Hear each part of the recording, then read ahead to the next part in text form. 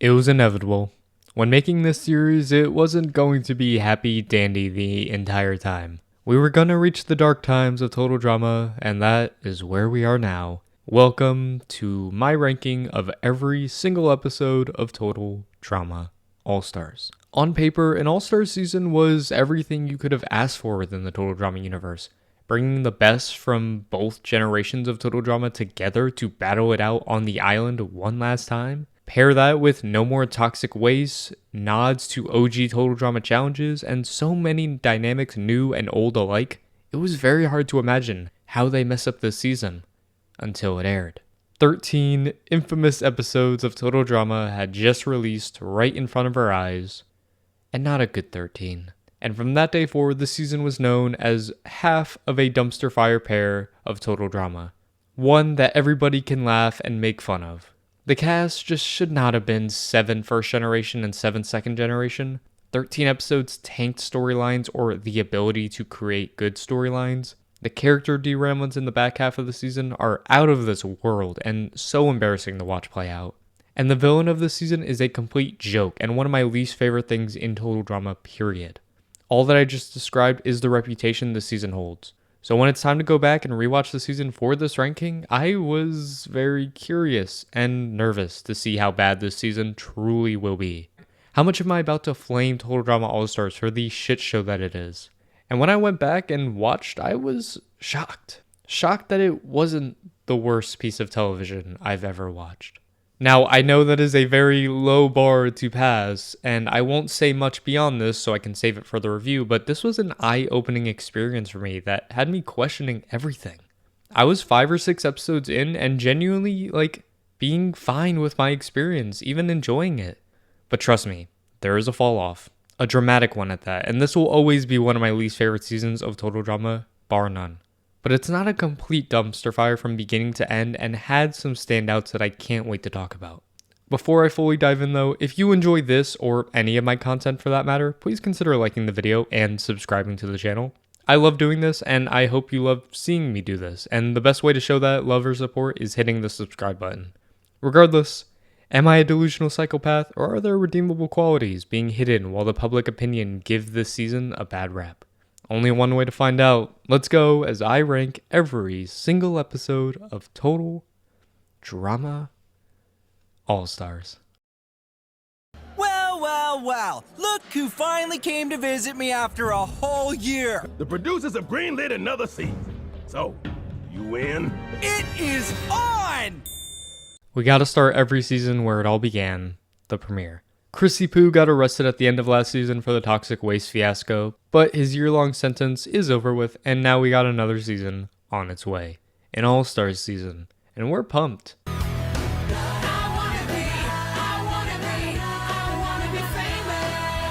Alright, what the fuck was that? Oh, these dum-dums are really testing me 5 seconds into the season.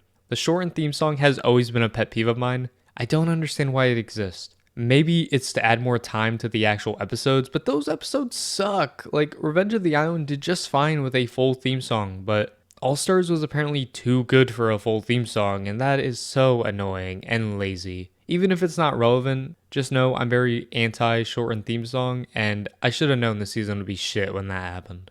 Our big All-Stars cast will consist of Mike, Zoe. Mike! Oh, it's just begun. Oh god, no. Lightning, Cameron, Sam, Scott, Joe, Courtney, Gwen, Duncan, Heather, Lindsay, Sierra, and Ezekiel. I'm just kidding. The last one, it's obviously not Ezekiel. He's not coming back. And this cast isn't terrible. The biggest issue is that the 7-7 split they did of the first generation cast and the second generation cast is stupid. We have 3 full seasons and 24 different characters to choose from Generation 1. Revenge of the Island had 13 different characters and just 13 episodes as a sample size. We did not need over half of the Revenge of the Island cast back on this season, especially when the teams aren't even divided by generation. I'm sure you've heard these same rants hundreds of times with other people's reviews, so I'll get back to this season. As I was saying, they did not divide the teams by generation, instead by heroes and villains, a popular format that was used on a Survivor season where each player is labeled as either a hero or villain based on their previous past appearances. The villainous vultures will include Heather, Lightning, Joe, Scott, Duncan, and Gwen. Pretty accurate team with one sneak that I'll talk about in a moment. The heroic hamsters are Mike, Zoe, Cameron, Sam, Courtney, Lindsay, and Sierra. I'll be the one to say it. They should have switched Gwen and Courtney. I don't care if this was for the storyline or some bullshit. I don't care. Gwen was the literal protagonist of season 1. The good guy. But yes, she got with Duncan. All of her good shit has just been erased for some reason.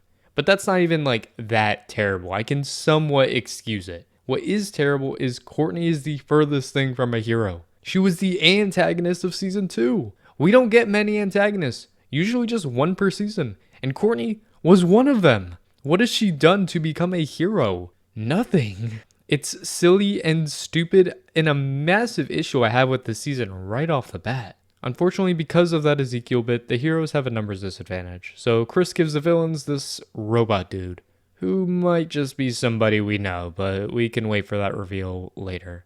It's challenge time. Each challenge this season will be a nod to a classic Total Drama challenge from the previous 4 seasons, which is pretty fun. I honestly didn't have any massive issues with the challenges this season, compared to last season at the very least. And of course, the first challenge, we had to go back to where it all began, jumping off that supposed 1,000 foot high cliff, avoid the sharks, including our best buddy Fang coming back, find a key, and get pushed by a baby carriage by another teammate all the way to the quote-unquote McLean Spa Hotel. Oh yeah, the Spa Hotel is here from last season. And hopefully it's here to stay and not get blown up this time in episode 1. If the key unlocks the door, your team wins invincibility. Hell yeah, Total Drama All-Stars. I kind of really enjoy this challenge. We get the cast interacting with each other throughout, some really funny moments. aka the villains just hating on each other the whole time. And I need to reiterate, Fang is an icon and I enjoy him a lot. We can focus on 2 of our villains until we get to the jaw-dropping reveal twist of the episode. Gwen, who is weird because she's proclaiming that she didn't steal Courtney's boyfriend. Gwen. Honey, I love you, but you most certainly did steal Courtney's boyfriend, which you literally admitted to last season. I'm already over that storyline, and it hasn't even started yet. The other villain to focus is Joe, who is the carriage pusher thanks to some master manipulation. No, I'm not. I just said that because... Gotta respect championship status. Joe drives. Aw, come on. Alright, maybe not master manipulation, but you get the point. And basically, we'll talk to all of her teammates that they should work together, but she's the one in charge of this team. And man, I love Joe. I don't know what you want me to say. I feel like she has such high potential and she's been showing it with her last season and already 1 episode into this season. We can go big talk now. We're nearing the end of the challenge and there's a massive robot in the room. Literally. Why the hell is this big ass robot here and actually on one of the teams competing in the game? Well, thanks to Scott's cowardness, we're about to find out.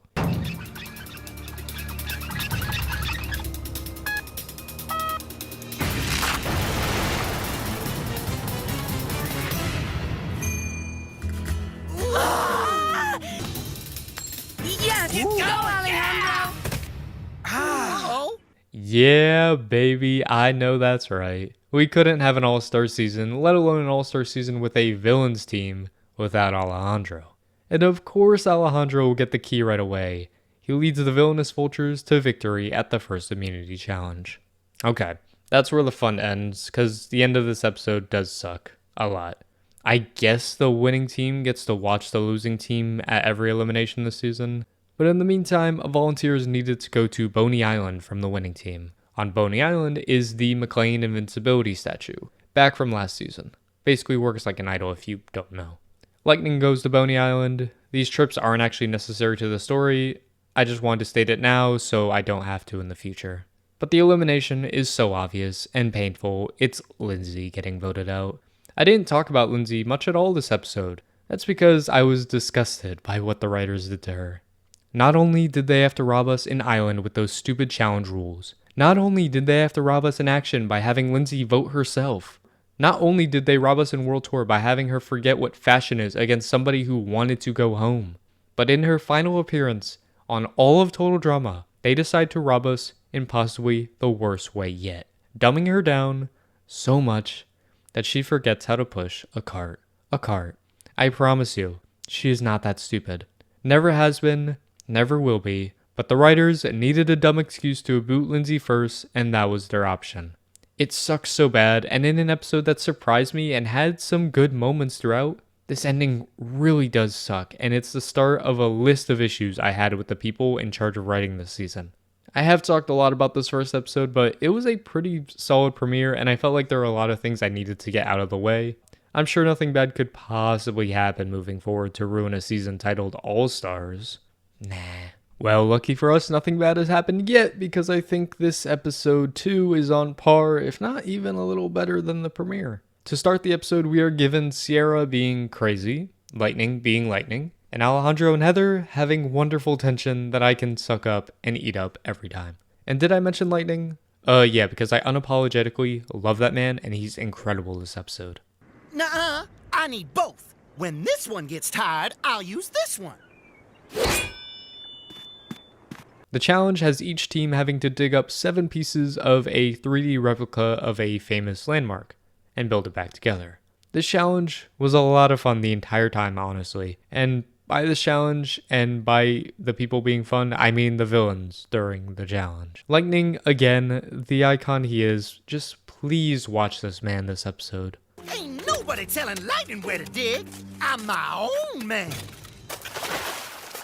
And of course, we got a big rivalry brewing, and it's the battle between Heather and Joe for who can become the team leader between the two of them. Honestly, there isn't a consistent through line in this challenge. I think it's just every character being pretty damn funny. But then we get to Scott and Mike. Scott was sabotaging the heroes, but then he got caught by Manitoba, blah blah blah, bam! Mike gets whacked, and some fuzzy stuff is going on in his head, including the quote-unquote release of the malevolent one.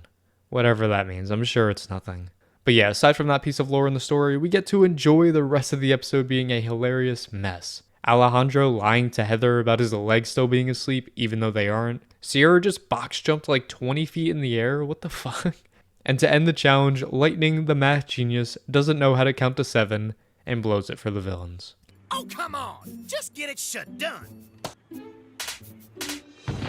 Villains, I swear to God, you better not do what I think you're about to do.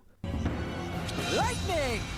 So what? Oh, God damn it. I just told you not to do what I thought you were about to do. How are you going to get rid of the entertainment in episode 2? That's so painful because Lightning was an absolute joy in this 2-episode stretch here. You know, for a season where it's claimed that every character gets derailed here, if anything, Lightning is better in these 2 episodes. So I guess if we're counting, out of 2 eliminated players, 1 out of 2 of them still being good, isn't bad odds. But I'll miss that guy. And we end the episode, whatever, with this evil dude coming out of Mike. Something, I don't know. We'll talk about it later, I know. The episode is a lot of fun. Very similar to episode 1, except I think it's just funnier and a decent time. Hot damn, Total Drama All-Stars has some pretty good trajectory going right now. I'm not wanting to gouge my eyes out yet. Bravo! Episode 3 is a little bit of a dud in comparison to the first 2 episodes we were given. Unfortunately, a middling episode in the grand scheme of the season, which in fact is not a very good sign at all for the upcoming episodes, but we can be naive for now and trash this episode a good bit. The main storyline, like it has been for the first 2 episodes, is going to focus on the villains, because they are by far the most interesting team here. It's a massive power struggle of which ego is going to take control of the team, with Gwen kind of in the middle, pretty much being pandered to get on everybody's side. It's a little odd, but good for Gwen to be in the power position of this tribe. The challenge is a paintball fight, except instead of paintballs, they use leeches, because duh, they gotta cause everybody pain in the new generation of Total Drama. And the challenge kinda really sucks. Unless it's Duncan taking a leech for Gwen or Joe existing, I didn't care at all for anything that happens this episode. It ends with Courtney using Sam as a human leech shield, which definitely is unethical, but I mean, they kind of won the challenge, so you can't be that mad.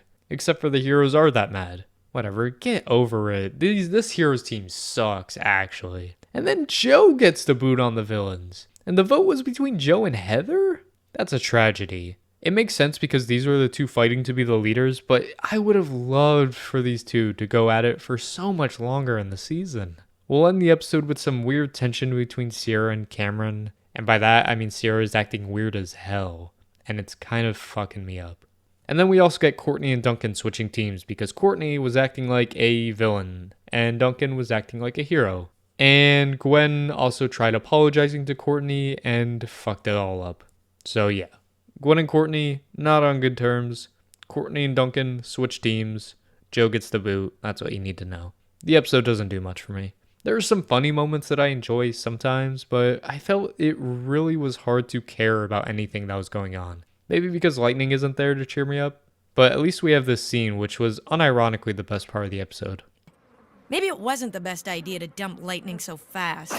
I told you you'd regret it. Unfortunately, we don't have many more good episodes left, and it definitely gets worse from here, so all we can do is prepare for the worst. Episode 4 unfortunately gets even worse from the previous. It'll start out pretty well though, because the heroes throw a surprise party for Duncan as the newest member of the heroes. And it was kinda cute, I can't lie. Can't let them know that I know. So yeah, I ate the cake.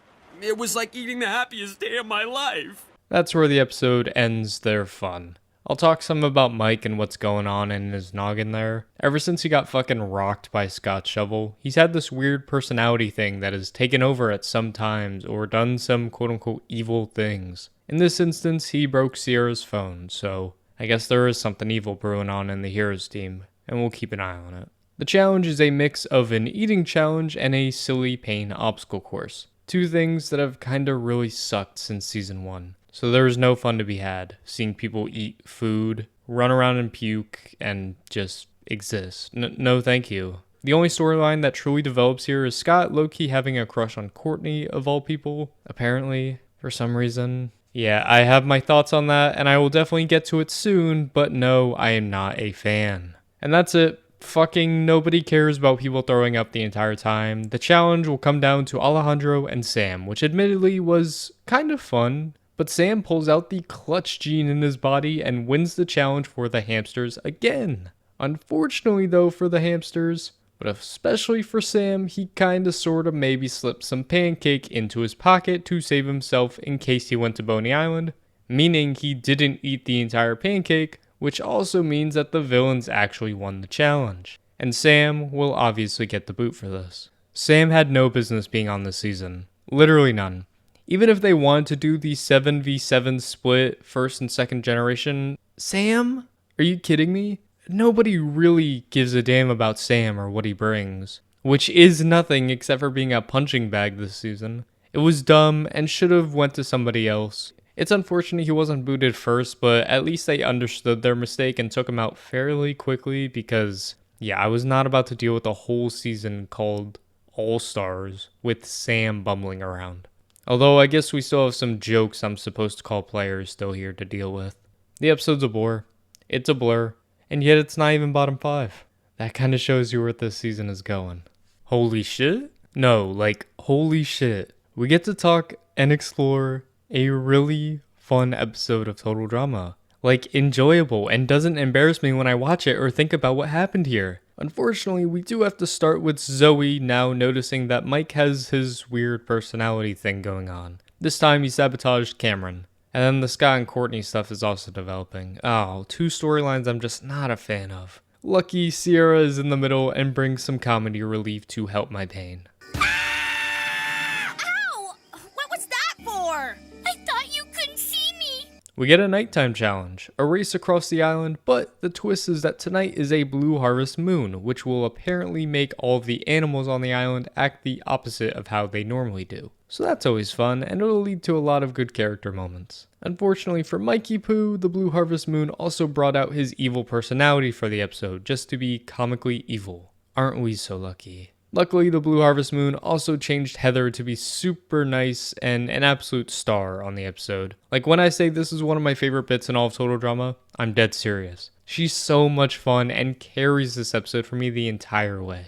Hurry up, Heather! You have the map! Yay! Running! Also, I'm pretty sure Heather has rabies. And the best part of the entire thing is that Heather isn't actually being changed by the moon. She's just doing this to fuck with Alejandro, which is an iconic level of petty that I strive to have in my life. We aren't allowed to have fun forever, and the reason this episode is just good but not great is kinda because of everything the heroes do. Duncan specifically, because apparently he's obsessed with Courtney all of a sudden. Like, trying to get her attention or wants her to want him back or some stupid shit. Which is annoying because people like that suck. Especially those in a relationship. But also, this has nothing to do with Duncan's character. He's never acted like this or had any reason to act like this. So why are the writers having him act like this? It's terrible. Gwen ends up saving Courtney, so she actually did a good thing and didn't completely fuck it up in front of Courtney. Mike turns back into Mike at the last minute, but that ends up losing the challenge for the heroes. And because Duncan sucks all of a sudden, Gwen breaks up with him. Nobody cares. And the boot also detracts from the episode. Sierra has been weird as hell to Cameron, and he also already has $1 million, so he decides to volunteer to be the boot for the episode. But instead of being the boot, he's now a part of the villains team. Woo. Yeah, the episode ends in a whimper, as most of All Stars episodes will, but I'll never forget Blue Harvest Moon Heather. She is a star. So yeah, the episode when it has to tell a story is pretty shitty. When it's trying to make me laugh, it did that.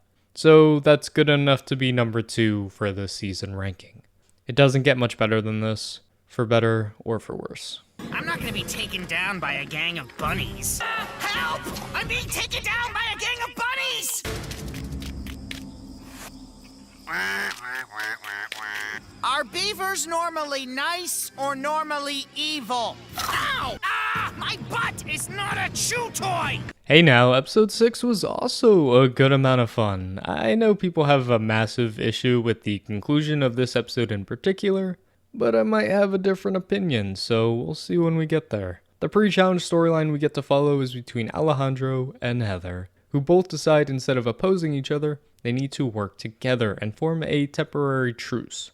But both of them are definitely lying about it. I just love these two together. The will they won't they dynamic was amazing in World Tour, but something about their dynamic here was almost more interesting because they have that previous history, and I really want to see how this plays out. The cast is headed to the Fun Zone for the challenge. The Fun Zone happens to be on Boney Island, which also happens to still contain all of the radioactive animals from last season. Hence, why it's the Fun Zone. The challenge itself is to put the most eggs possible into their team's basket from these other animals. First to 6 wins. We got a lot of shit to break down from this episode and the events that also go down, most of them being pretty decent. We can start with a storyline that's been brewing but is definitely ready to hatch. Duncan has been inadvertently being like a good guy this season, doing nice things for people and gaining that reputation as a good guy instead of the quote-unquote bad boy that we all know him to be. But Duncan hates that, so he's trying to do everything in his power to prove that he is still bad.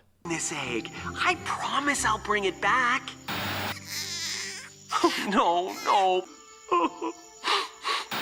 When do you punch the budgie in the face? I really don't want to have to discuss that Chris and Larry, that big-ass plant thing from last season, boinked, and now have a child together. But I feel we have to talk about it, right? Come on, Chris, you a freak, dude. All throughout the episode, Heather has been using her fake truce with Alejandro to her advantage, making sure he doesn't suspect her, all while she is planting seeds to the rest of the team that she wants Alejandro gone at the next vote, which is pretty damn smart. And then she also finds the invincibility statue. Heather's kind of fucking killing it right now. Find any eggs, partner? Actually, I found the invincibility statue. Alright, what the fuck is that? This is where the episode starts losing some of the charm it had.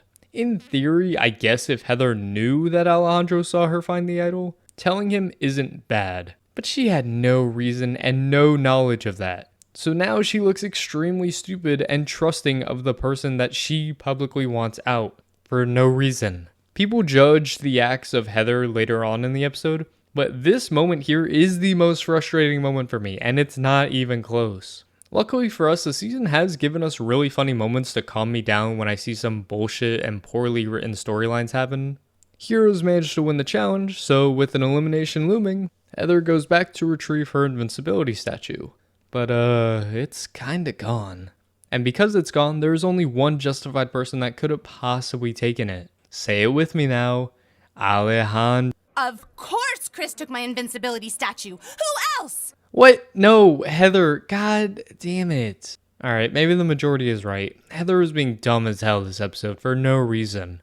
Not only did she publicly tell Alejandro that she had the idol, but after hiding it right before you run into Alejandro, no part of your being was telling you that maybe, just maybe Alejandro was the one that took your idol instead of the host of the show, blatantly rigging the game against you? What is going on inside your head, girl? That was dumb as hell, and it did annoy me, but it'll lead to a great moment coming up. The vote is very easy. Alejandro gets the boot. Unless... I've got diplomatic immunity. The only vote that wasn't for Alejandro was for you. You. Such beauty a toilet has never seen. both statements can be true. Heather was being dumb as hell this entire episode, and that is not like Heather or what her character has been, so that is extremely frustrating. But this was also a wonderful downfall. I loved seeing this so much. After Heather took down Alejandro on World Tour, he gets his get back on Heather with her own idol, and I love and adore this moment. I don't care what anybody says. And that's kind of how I feel about the episode. The specific storylines annoyed the hell out of me this episode, with Heather being stupid. But there were good moments sprinkled throughout the episode, and a great conclusion, in my opinion, to end it off. So this was a good episode of Total Drama. Number 3 to be exact. The episode will end with some Mike lore. Mike, or should I say, quote-unquote, Mike, that was in quotations if you couldn't see. He gets sent to Boney Island and whistles. But this whistling tune alarmed Duncan's memory. He recognizes that whistle and now recognizes Mike from Juvie, although his name back then was Mao. A bad dude. So we finally have a name for our villain of the season, and I'm excited to see where this all goes. Except I already know where it goes, and that is a free fall from this episode forward.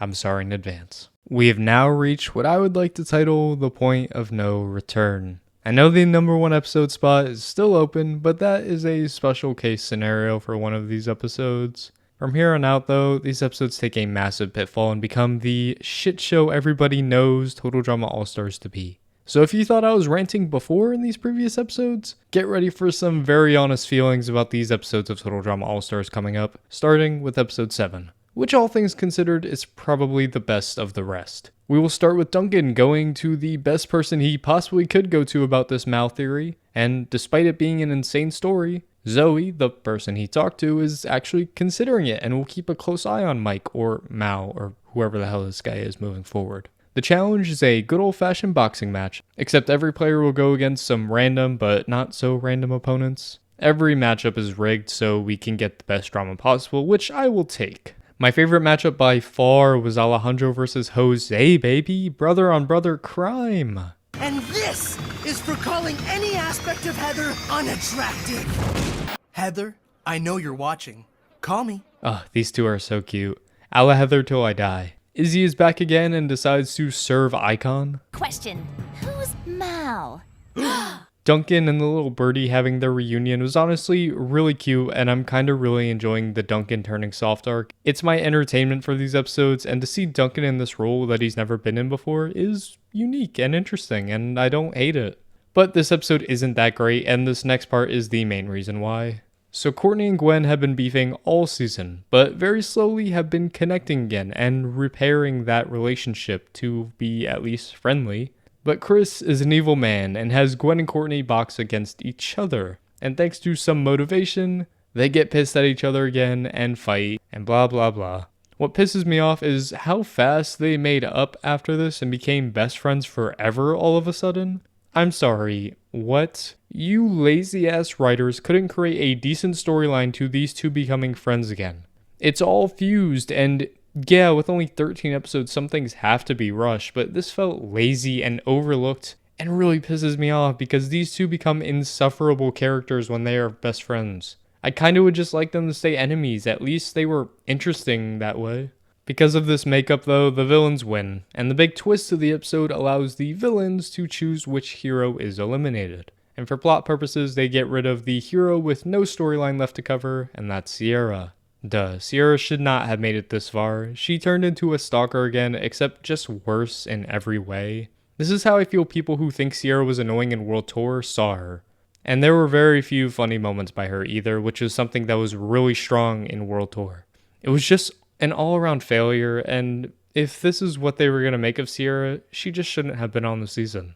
The episode has its low point, but the rest was passable, so the episode is, I guess, passable in a season like this. Now, I'm gonna be naive and hope this was just me overreacting earlier about the decline the season was about to make. Yeah, no, it starts to suck. Episode 8 just really annoys me. But I need to keep perspective because it could definitely be worse. Trust me. It's just not good at all. Most of that can be attributed to the new besties of the season, Courtney and Gwen, who are now all of a sudden each other's favorite person to ever exist. But no, this does not feel smooth like the Jeff and Gwen dynamic in Island. This is annoying as hell and they suck all episode. Luckily, we can distract ourselves with the merge. We made it, baby. Heroes and villains are no more. It's a battle of everybody for themselves. Something I think I forgot to mention is a little bit ago, Mike didn't know how to escape Mao randomly appearing and taking over his body, so he decided to smash his head with a rock to counter when Scott smashed him with a shovel. That most certainly did not work. Quite the opposite, as Mao is permanently here and in control of Mike's body, while we have Mike inside of his own mind trying to figure out how to escape and stop Mao once and for all. So that's a thing. It's a little stupid, but not one of the worst storylines of the show, contrary to what some people think. The challenge is a good old boat race around the island for immunity, and this is for sure one of the better challenges on paper this entire season. It's simple, it feels like a classic, and unless half the cast is annoying as fuck, it should be fine. I would never let that happen. Your hair is fantastic. We barely made it a minute. The Courtney and Gwen thing is not it. The entire thing feels forced and so out of character for both of them. Not the friendship thing, but the way that the friendship is treated and how they are acting. It's gross. It won't get any better because now the show is ready to deep dive into the Mike and Zoe of it all. Or I guess Mal and Zoe. Cameron and Zoe are not positive to know if Mike is really Mike right now, so in order to find out, they decide to put Zoe in a life or death scenario to see if Mike will help her. That is extremely flawed, but these two are not the smartest cookies this season, despite being some of the smarter people from last season. I'll get to that too. Mike comes back for like half a second, but Malk takes control and at least entertains me, if nothing else. The engine won't start! Thank God Courtney and Gwen didn't win the challenge, because I think I would have died inside. And Alejandro wins by a nose. And the big bang moment of the episode literally is when Duncan really wants to prove that he's still a bad boy, so he decides to commit a felony. Oh, what a smart boy you are, Duncan.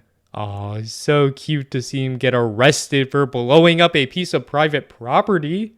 I personally enjoyed Duncan's arc to accidentally being nice all the time and trying to prove that he was bad, to no avail. But this was not a fun ending. I think it's fine that he goes home here, but this story arc could have had so many better outcomes. It's so meh to me. To wrap up the episode, we can talk about how Alejandro and Mike, aka Mal, form an alliance together. An unlikely duo that actually gets me excited to see where they go together because they are two pretty evil people. And if not for Duncan getting arrested, Cameron would have gone home unanimously.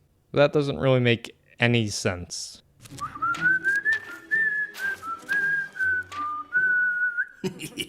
Oh, that's lame. Okay, you could never be Harold Mao. Okay, I'm letting you know that right now. You could never be Harold. The episode is whatever to me. Annoying, but not notable in any way to be actively terrible. It's just a shame that there are so many bad episodes left. This episode fucking sucks. It just does. The only redeeming quality by any means for me is Alejandro, and that's fucking it. Luckily for us, the episode starts with Alejandro, who is celebrating his immunity win inside the McLean Spa Hotel by snooping around, and eventually finding the surveillance footage room for the entire season. This leads him to find a DVD, yes, DVDs used to exist, of Mal, showing all of Mal's evil actions this season, including one of him trying to frame Alejandro like a couple minutes ago, which was a lot of fun, especially seeing Alejandro turn the tides on Mal. It's honestly a real shame Cameron and Zoe are fucking mindless idiots and are just getting swooned by Mal the entire time. So these are small victories that we don't even get to celebrate for more than like 5 seconds. No more talking about Alejandro for a while, which means a really shitty episode is in store. Starting with Scott and Courtney, who end up kissing and are now boyfriend and girlfriend. I think. And let me get this over with now. I despise this couple slash showmance. To start, there's no natural chemistry or fun dynamics there by any means, and nobody can tell me otherwise. I know some people will hate me for this, but Dawn and Scott from last season actually had some chemistry there that was natural and not forced. You could feel some vibes, even if nothing came of it. This is completely forced and makes no sense to me. I hate all of the energy that surrounds these two when they're together. And they spend the rest of the episode just getting into fights and breaking up and getting back together again. I have no care for these two, and it's honestly one of my least favorite storylines in all of Total Drama. Maybe that's a hot take. That's how much I hate these two though. Why? Why did you put them together? It makes no sense. Anyways, it's the 100th episode of Total Drama. Woo! This calls for a celebration. Please, don't interrupt. Wow! Oh shit, never mind. Alright, change of plans. They can't get fucking rid of Ezekiel, so now they all have to rescue Chris. On Total Drama. Oh, Fix the monitor! Oh fuck yeah, intern, you get your time to shine. That was fucking iconic, I'm not gonna lie. The rest of the episode is literally Zoe and Cameron being complete idiots and getting puppeteered by Mal into doing his dirty work. Like, Cameron kissed Courtney to get Scott and Courtney to get mad at each other. Mal leaves Cameron just hanging on for his life. And then when Alejandro comes and offers to help Cameron save himself from falling to his potential death, Cameron refuses. Like a fucking moron. You really think Alejandro is going to try and kill you? Are you really that dense, Cameron? Nobody here would try to kill you except for Mal. This fucking kid really figured out that Mike has multiple personalities last season, but can't tell that Mike is so clearly not fucking Mike right now. This dude is an idiot and it's pissing me off so bad. Gwen saves Chris so she gets to win immunity apparently. Nothing else redeeming happens in the episode except for Alejandro clocking Mal again. interesting.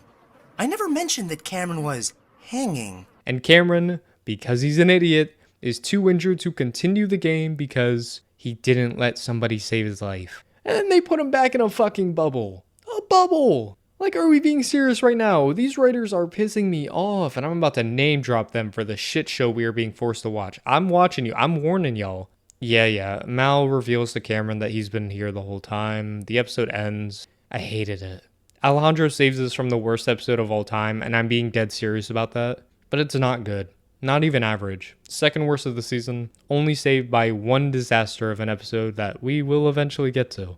Episode 10 is just depressing and should be my shortest coverage of an episode this season because all that matters is Alejandro versus Mal. Yeah, basically since the Heather move, Alejandro has been public enemy number 1, but he's either won immunity or survived thanks to Cameron being an idiot, so if he doesn't win immunity today, he's going home. The challenge being an obstacle course, but that doesn't even matter because everyone just becomes an idiot here. Alejandro tells Mal for some reason that he hid incriminating DVD footage in the spa hotel. Why does Mal need to know that? And then Courtney tells Gwen that she kissed Cameron? Courtney, what the fuck are you saying? After the entire debacle of Duncan and Gwen, this is what you tell Gwen when you've been saying that Cameron kissed you. Why would you do that? And don't get me started on Scott. He's just a complete idiot this entire season, and it's not even a fun look for him at all.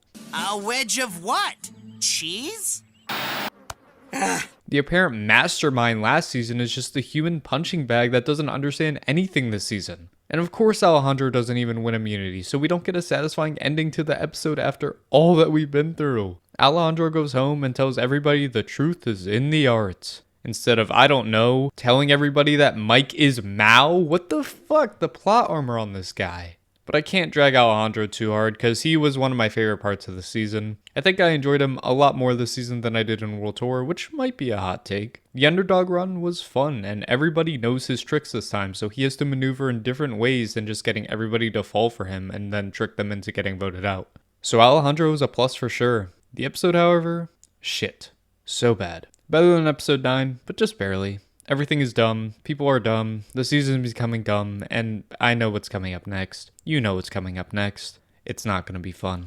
Yep, the episode is here. The one I'm sure you were all waiting for, Sunday, Muddy Sunday. Notoriously one of the single worst pieces of television ever released.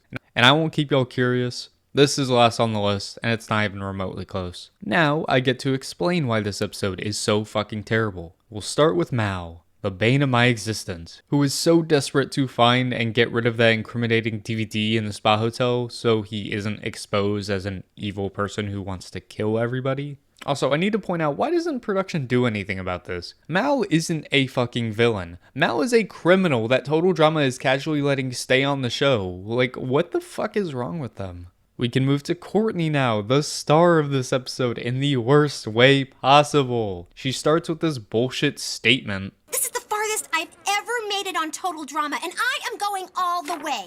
Like, are we just going to ignore previous seasons now, writers? Does Total Drama Action not exist when she got 4th? This isn't some superfan random knowledge. This is the boot order that they got wrong for some reason on their own show. But the main Courtney news to discuss is her all-empowering list that exists. A list that shows Courtney's ideal endgame. One in which she would cut Gwen at final 3 and have Scott in her final 2. While I do think it's an odd thing that this list has never existed before, this isn't actually terrible. It's cool to see what somebody is thinking and how they plan on going through the end of this game. The problem I have is that Mao for some reason has Courtney's list, and then reveals to everybody else her plans. Getting Gwen mad that she isn't actually taking her to the final 2, and Scott is mad because Courtney drew him with a rat tail. Yeah, I'm calling bullshit to the 12th degree. How in the world did Mao get his hands on that list? It's never explained, it's never shown, it's simply a ploy to get Mao even more power and turn the attention onto Courtney. I'm calling rigomoris. Like, obviously it's rigged because it's a scripted cartoon, but in the context of what we're watching, a reality TV show parody, there's no explanation for why and how Mao got that list except that he cheated, or production cheated for him. Ooh, it makes me so mad. Justice for Courtney because she did nothing wrong. She wants to take Scott to the final 2 because she knows she can beat him. Makes sense. Also, don't be a weirdo, Gwen. I swear to God, you are annoying the fuck out of me. At the start of the season, you would be lucky if Courtney wanted you alive, let alone in the final 3. And the rest of the episode is a complete mess. The challenge is to construct like an ice cream sundae to feed these interns that Chris has been starving for weeks. Everybody fucking sucks here except for Chef. Do I really want to talk about the rest of the episode? No. Unfortunately, I put this upon myself and I have to listen to Zoe sound like an idiot. Maybe Courtney is the greater evil Alejandro was talking about. Or instead, we could watch Courtney use burnt coals and vomit as toppings for her sundae that she's going to feed to actual people. What? It's for Chris's interns, and he never feeds them anyway, as if they're going to be picky. They should thank me. I'm gonna be sick. And it's not because of these sundaes. The twist of the episode is that each contestant now has to eat their own sundae that they've constructed. First to finish wins immunity. Well, even if Courtney had made a disgusting ass sundae, at least she has a really strong stomach. I can't do it. I can't eat disgusting foods. I'm just not gross like the others. What are you talking about? Oh my god. Did these writers just ignore every other season before this when writing this episode? It's embarrassing how much they just don't give a damn and erase pieces of canon history from their memories, or don't care enough to fact check what they write. Either way, it's embarrassing, and I'm ashamed that this is an official Total Drama episode that was produced and released. And it's not even over yet. Zoe ends up winning immunity, and Courtney is desperate to try and save herself. But Gwen, the target of this plea, does not consider what Courtney has to say, and will willingly keep in a known duo and a known couple who will be voting you out next, Gwen. She decides to torment and fuck with Courtney all the way until she is voted out in a 3-2 vote. Gwen, you're an idiot. Courtney is also shitty, but at least she's being realistic and thinking with her head. You're just boring and annoying the entire time. God, this episode sucks so bad. It sucks so bad. It's as bad as advertised. Not a single redeeming quality in sight. Not one. Sunday Muddy Sunday? You should be ashamed of yourself for being terrible in every sense of the word. Episode 12. We're almost out of here. So close from escaping this horrid stretch of episodes. And the episode actually starts out on a decent note. Zoe is the one that finds the Mal DVD and finally, and I mean finally, realizes how fucking stupid she's been. I mean, how long Mike has been Mal. giving her the upper hand on Mao for the time being. The challenge for the episode is for each cast member to retrieve some valuable pieces all around the island, but surprise, 2 people are going home today. Whoever comes in last in the challenge, or empty-handed, and the person that the winner votes out of the remaining 2 players. So that adds a nice twist. Hopefully all should be good as long as somebody doesn't try to kill another contestant. Whoa! Where did he come from? What the fuck was that? How does he keep getting away with this? We caught you in 4K, dude! 4 fucking K! Stupid, stupid, stupid. The rest of the challenge sucks. Zoe wins immunity. Scott comes back with nothing, so he's a big ol' loser. Except for Gwen being last and returning her portrait with some revisions. It's bear poop. Gwen gets the flush. Yep, okay. I will say this, that is a completely valid reason to take her out of the game. And she wasn't gonna win the game again. This was a bad run for Gwen. I did not enjoy her much at all this season. Zoe now gets to choose between Scott or Mao to bring to the final 2. And she brings Mao and eliminates Scott, but makes it very well known what and who she's going up against. And I actually appreciated this decision. It was one of the few things that made sense from Zoe this season. If she votes out Mao before she knows what's going on with Mike, that could be the literal end of Mike. So she has to keep him and hope she can help in any sort of way. Yeah, whatever, I tried to be positive. You happy? The episode sucks. Bottom 4 again. And now, we have 1 episode left and 1 spot left. And you might be very curious to say, if you're looking at this list, what I have to say about the finale of the show. We have reached the finale, baby. Always a great time because we are at the end of the ride. Especially for this season, because goddamn that was terrible. However, this finale is very interesting and a fun ride, and I'm actually excited to break it all down. For the first time this season, Mao can drop the Mike act, and it's honestly a breath of fresh air. I'm not a fan of Mike as a character, so I'm most certainly not a fan of Mao pretending to be Mike as a character. So a finale that is set to be Zoe versus Mao, good versus evil, that's fun and I'm interested and intrigued. And the final challenge is supposed to be interesting. People gonna die. Chef, just know I love you with all my heart. Honestly, I don't have a better explanation for the challenge than what Chef just said right there. It's gonna have to do for now. The one part I can talk about is that each of the finalists will randomly get some helpers in these balloon things. Zoe gets Cameron and Gwen, and Mao gets Heather and Alejandro. And all the other campers fly away into the sun. Hello? What? Okay, Chef was not joking when he said people were gonna die. I get to my favorite part of the entire episode to me, and that was the scene of Alejandro and Heather confirming to Chris that they are now dating. Oh no! Are you 2 dating? Get out! That is the most disgusting thing that has ever happened in there! That's genuinely one of the greatest scenes in total drama history, as well as this one. Or is Mal still Mike? Maybe Mike was always Mal. This is Milk. It's comedy gold, and a big reason I actually enjoy this episode. The humor is top tier. It doesn't even stop though. I don't really care to describe what's going on this episode. It's just funny as hell, and I've been miserable for so many episodes in a row. I needed this joy. Like, Matt was about to kill fucking Heather. Stop fighting it! Stop! However, I do actually have to talk about this next storyline and end the villain arc of the season right in its tracks. So over the last few episodes, while we've been miserable watching this season, Mike has been traveling through his mind, picking up each of his personalities along the way to put an end to Mao once and for all. And they're here, one button press away from resetting everything. Mike will become Mike again, however, all of his personalities will be disappearing. And I know this is a very controversial topic that people hate, I understand it. I'm not too familiar with multiple personality disorder, but I know damn well a reset button does not exist in people's minds to just cure the disorder. At the same time, the good guys had to win out here, so how in the fuck else were they supposed to show, in what is ultimately a kid's show, how Mike gets saved? It's dumb and distasteful, but I'm not outraged at it. And we get to see that Mike and the gang pulled through. They hit the reset button and defeated Mao to bring Mike back. And yay, everybody is happy, being lovey-dovey, it's cute, but Chris isn't about the love. He's over it. He changes the rules mid-challenge to where anybody who pulls the sword out at the end of the challenge can win the $1 million. Not just Mike or Zoe. And chaos erupts. But let's be for real. Only Mike or Zoe are winning this.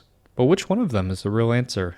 Well, I'm glad you hypothetically asked me through a screen, because now it's time for the part where I can explain once again that there is not a canon winner of Total Drama. There's an ending where both Mike and Zoe win. Both endings are pretty similar and not very unique. Both wins stem from either Mike or Zoe getting roasted by Chef, the other distracting Chef, and then the sword is taken out right under Chef's nose. Pretty lame, but obviously whoever makes the finale was technically gonna win, so they're both winners in my eyes. Really obvious from what we just watched that the writers adore these two, and they were obviously both gonna get a win eventually, and it just happened here. But seeing a showmance make the finale again is kind of lame and not that original. I guess it's unique with the whole Mao thing, but still, I don't really care. And Mike was there for like 40% of the season. Why the fuck does he deserve $1 million? Mal may be a terrible person, but he did way more to get Mike that win than Mike actually did. Lame final two, but good episode. I had a lot of fun. Maybe it has to do with the last batch of episodes being terrible in every way, but this felt fresh and fun and gave me about everything I would have wanted given the circumstances of a final two I don't really like, a villain I hate, and a finale that's way too over the top with its challenge. Congratulations to episode 13 for completing my list by claiming the top spot. Number 1 episode of Total Drama, All Stars. The first season so far to have the finale be ranked at the top of the list. The only way to end this episode is the way that the season ended. By being really fucking confused as to why Camp Wawanakwa just sinks. I don't understand it, but it was chaotic, and the only fair way to end this ranking and this episode. But we have the greatest consolation prize of all. Each other. Great. Look, Mom, I'm water skiing! We did it. Another season down, and now only 2 more to go, because no, I will not be doing a video on either of the reboot seasons. I've already basically done that, except without the episodes being ranked officially, so if you want my thoughts on the reboot seasons, just check out those 2 videos. But what a ride this was. Honestly, I complained a lot, but still had fun for what this was. The season may not be great. Spoiler alert, it may be the worst season of the 5 that I have covered and ranked, but it wasn't a complete failure that I hated watching from beginning to end. There were funny moments, nearly every episode. Not all the characters get derailed or downgraded from their previous appearances, and they kinda stuck the landing with everything that transpired in the finale. The body of work may be hideous, but there are cute little nuggets in the corner that I enjoyed, and that, if anything, surpassed my expectations coming into this rewatch. I know I just did a whole ranking, and if you're listening to this, you have also just listened to me basically describe this season. But I absolutely recommend you guys check out episodes 1 through 6 of the season for yourselves, and the finale. The rest you can skip, but if you only watch those 7 episodes, I think you'll be surprised with the amount you enjoyed this season. And get on Total Drama All-Stars to have something that's rewatchable. However, that's gonna do it for me. I'm too drained to continue, and I will need another break from this ranking series. I've been extremely inconsistent, yet consistent with uploading these videos. It's pretty much been 2 at a time with long breaks in between, so we'll be getting another break while I start watching the final 2 seasons and creating those videos for you. So be on the lookout eventually. But if you love reality TV in general, you better stick around, because I got so many videos ready to go that I know you won't want to miss. For now, I need to rest. If you made it to the end of the video, I love ya. Platonically, of course. And I will undoubtedly see ya when I see ya. Bye-bye.